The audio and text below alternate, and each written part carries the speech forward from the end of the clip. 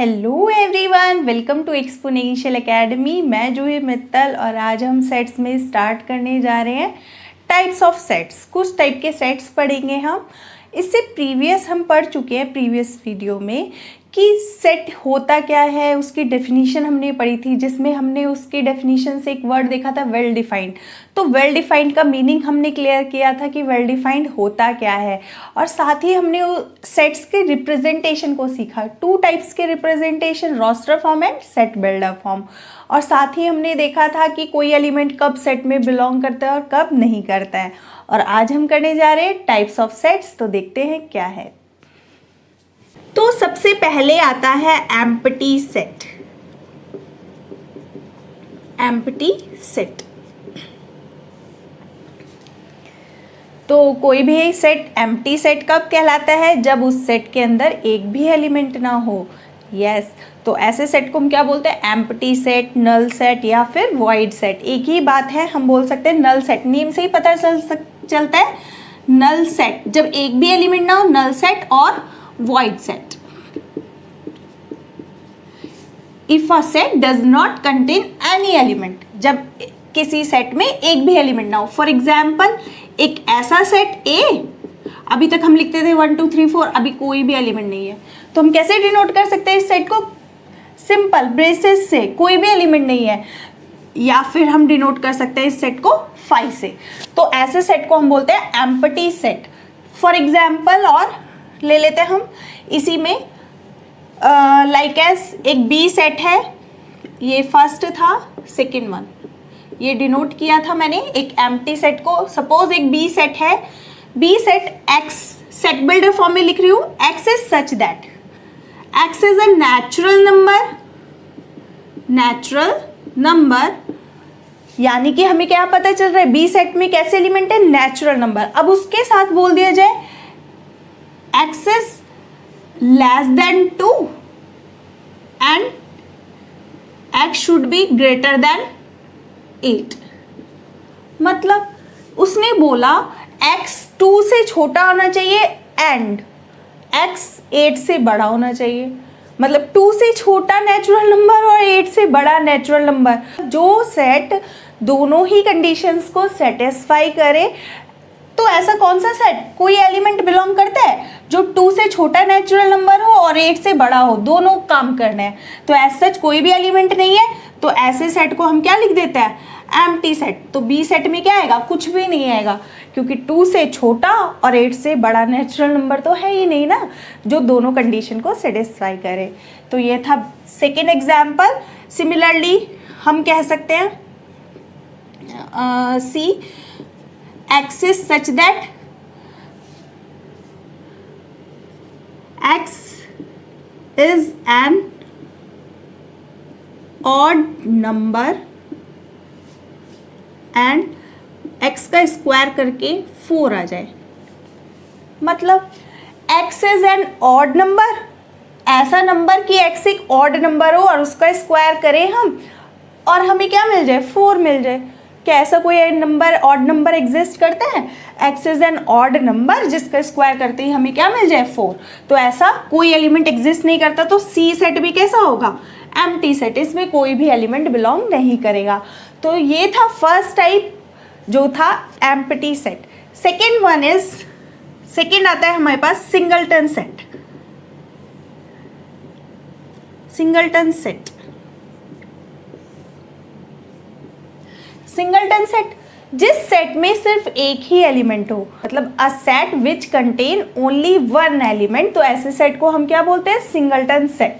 तो singleton set like as एक a set है जिसमें सिर्फ, अब देखो इसमें कितने एलिमेंट है? सिर्फ एक ही एलिमेंट है जो कि है 2। तो ऐसा कोई भी सेट जिसमें सिर्फ एक ही एलिमेंट है, ऐसे सेट को हम बोलते हैं सिंगलटन।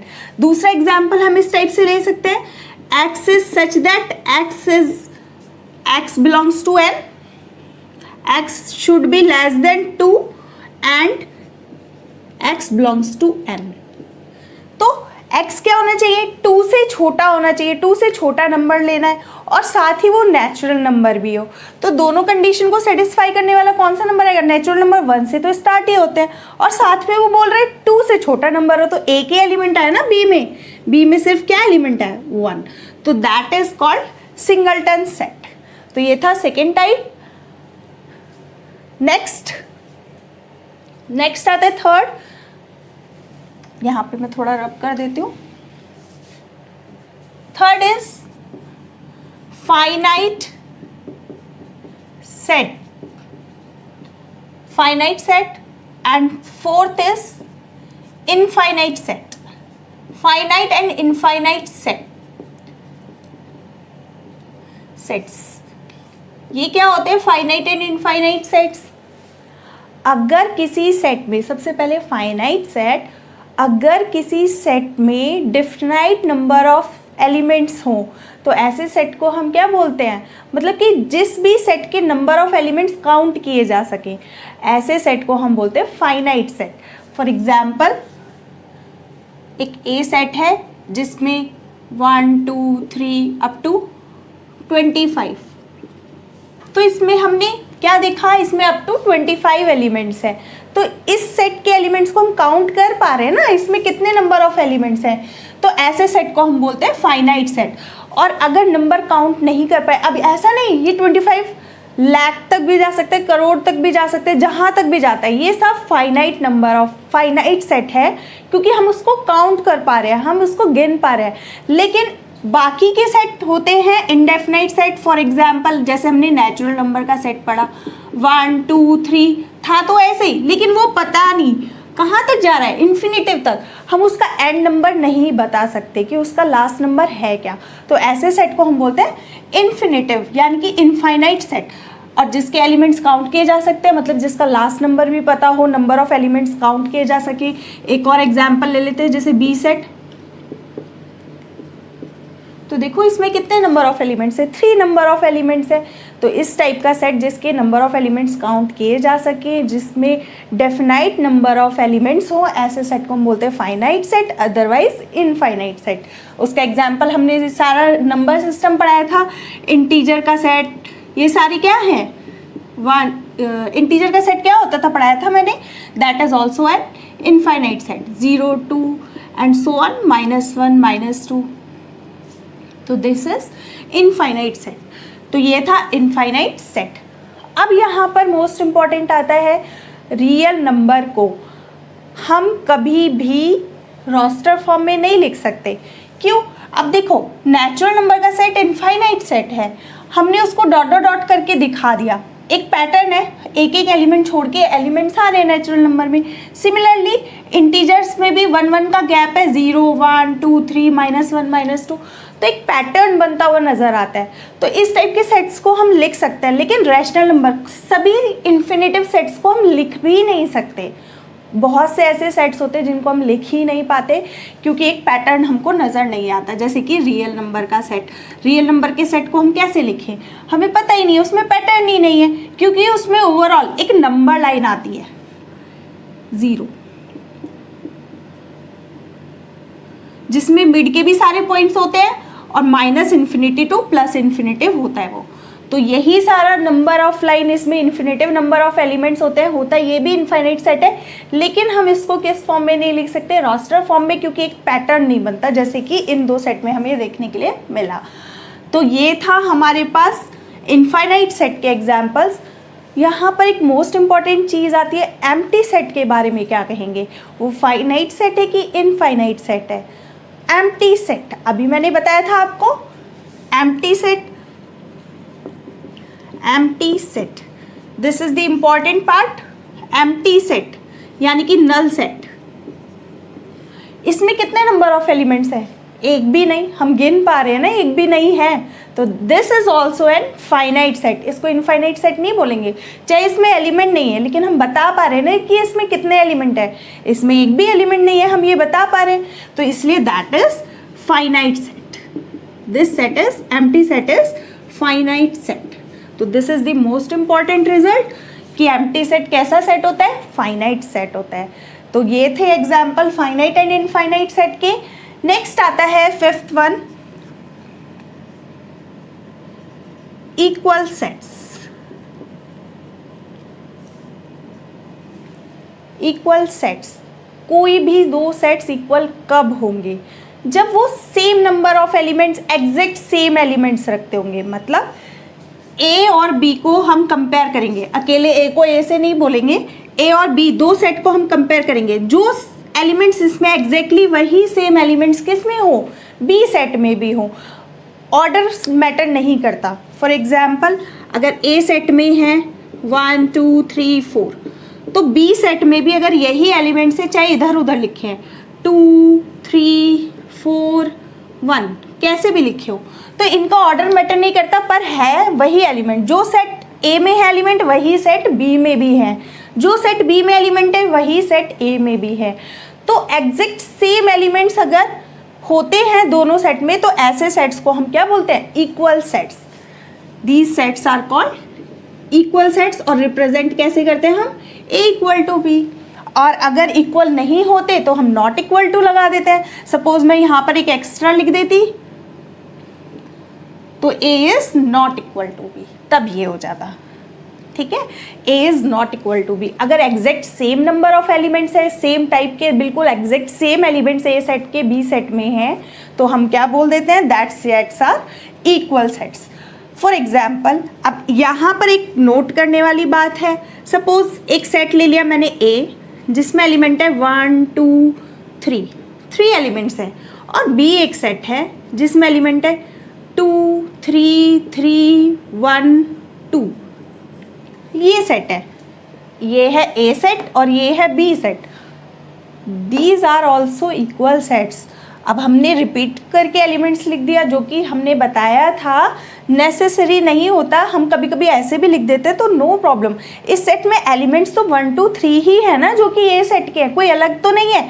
मतलब जो एलिमेंट्स ए में है वही बी में है, और जो बी के एलिमेंट्स है वही ए में है, तो सेम एलिमेंट्स दोनों में है। ये नहीं कि इसमें 5 एलिमेंट्स आ गए, वो रिपीट करके लिखे हुए हैं, नो। तब भी ये क्या है, क्योंकि ए में जो एलिमेंट्स है, ऐसा ए में तो कोई एलिमेंट नहीं है ना कि जो बी में नहीं दिख रहा। ए में 4 है जो बी में नहीं दिख रहा, नहीं ना, ऐसा कोई भी एलिमेंट ए में नहीं है जो बी में हमें नहीं दिख रहा। जो एलिमेंट्स ए में है वही सारे के सारे बी में भी हैं, और जो बी में है वही सारे के सारे ए में भी है। तो ऐसे सेट्स को हम क्या बोलेंगे, यहाँ पर ये नहीं बोलेंगे इक्वल नहीं है, this imply A equal to B. तो पैटर्न नहीं मैटर करता कि इधर उधर लिखे हुए ऑर्डर, कि किस ऑर्डर में लिखे हुए हैं। साथ ही यहाँ पर ये मैटर नहीं करता कि उसको रिपीट करके लिखा हुआ है कि नहीं। तो अगर एग्जैक्ट एलिमेंट्स हैं तो these sets are called equal sets. Hope so आप लोगों को समझ में आ रहा होगा। Please make a note. Types of sets को समझने के लिए कुछ क्वेश्चंस देखते हैं, जो कि एक्सरसाइज से ही लिए हुए हैं। तो देखते हैं क्या है वो क्वेश्चंस। फर्स्ट और सेकंड दोनों क्वेश्चन में चेक करना है, दोनों ही क्वेश्चन में एम्प्टी सेट है या फिर नहीं। बाकी के दो में, थर्ड एंड फोर्थ में चेक करना है सेट फाइनाइट है या फिर इनफाइनाइट है। और नेक्स्ट 2 यानी कि 5 और 6 में चेक करना है ए और बी इक्वल है या नहीं। तो देखते हैं। सबसे पहले है question number first, set of odd natural number. Odd natural number क्या होते हैं, 1 3 5, ये सारे ऑड नेचुरल नंबर हो गए, ठीक है। डिविजिबल बाय 2, अब 1 3 5 7 ये सब क्या 2 से डिविजिबल होते हैं, नो। तो ऐसे दिस सेट, ये क्या होगा, ऐसे सेट में कैसे एलिमेंट आएंगे कि जो कि ऑड भी हो और 2 से भी डिवाइड हो जाए। तो ऐसे नंबर कैसे आएंगे हमारे पास, जो कि 2 से, कोई भी नंबर हमारे पास नहीं होगा कि ऑड भी हो और 2 से भी डिवाइड हो जाए। तो ऐसा सेट क्या होगा, this set will be empty. First, this set will be empty, कोई भी ऐसा एलिमेंट बिलोंग ही नहीं करेगा। तो empty set number first set is empty set, ठीक है। सेकेंड आता है, ये हमें सेट बिल्डर फॉर्म में दिया हुआ है, वाई टाइप के एलिमेंट है such that Y is a point. Y point को बोल रहे हैं, कैसा पॉइंट है, common to any 2 parallel line. मतलब कि 2 पैरेलल लाइन में कॉमन पॉइंट, दो पैरेलल लाइन के बीच में कॉमन पॉइंट कैसे हो सकता है? अगर टू डिफर लाइन हो तो इंटरसेक्टिंग पॉइंट कॉमन पॉइंट हो जाता है, राइट? लेकिन ये तो कहीं पर इंटरसेक्ट ही नहीं करेंगी, दोनों पैरेलल लाइन, तो उनमें कॉमन पॉइंट हो ही नहीं सकता। तो ऐसे सेट को हम कैसे लिखेंगे? Empty set. तो ये सेट भी कैसा होगा? Second also will be empty set, empty set. तो जिसको हम डिनोट कर सकते हैं ऐसे या फिर सेकेंड वन ऐसे, दोनों ही क्या है? फर्स्ट और second both are empty sets. Third आता है the set of positive integers. Integers का सेट मैंने बताया हुआ है -∞ टू +∞। उसमें से बोल रहे हैं पॉजिटिव इंटीजर्स लेने हैं ग्रेटर देन 100, 100 से ग्रेटर सारे सेट, मतलब कि पॉजिटिव इंटीजर 100 से ग्रेटर देन 100, तो यानी कि 101, 102, 103, तो ऐसे कहाँ तक आएंगे? इन्फिनिटिव नंबर ऑफ एलिमेंट्स आएंगे। तो क्या ये सेट फाइनाइट होगा? No, this set is not finite. तो ये सेट कैसा आ जाएगा? Infinite set.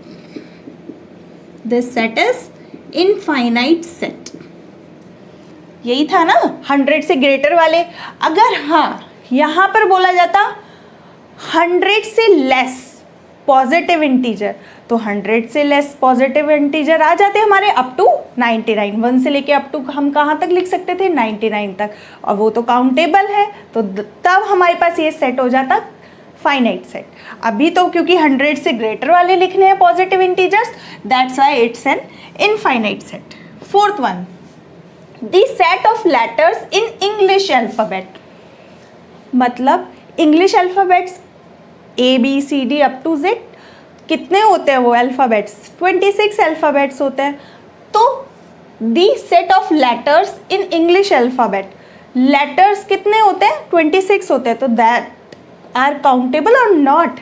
तो ये काउंटेबल होगा क्योंकि वो कितने होते हैं? 26 लेटर्स। ठीक है, तो ये हो गया हमारे पास फाइनाइट सेट।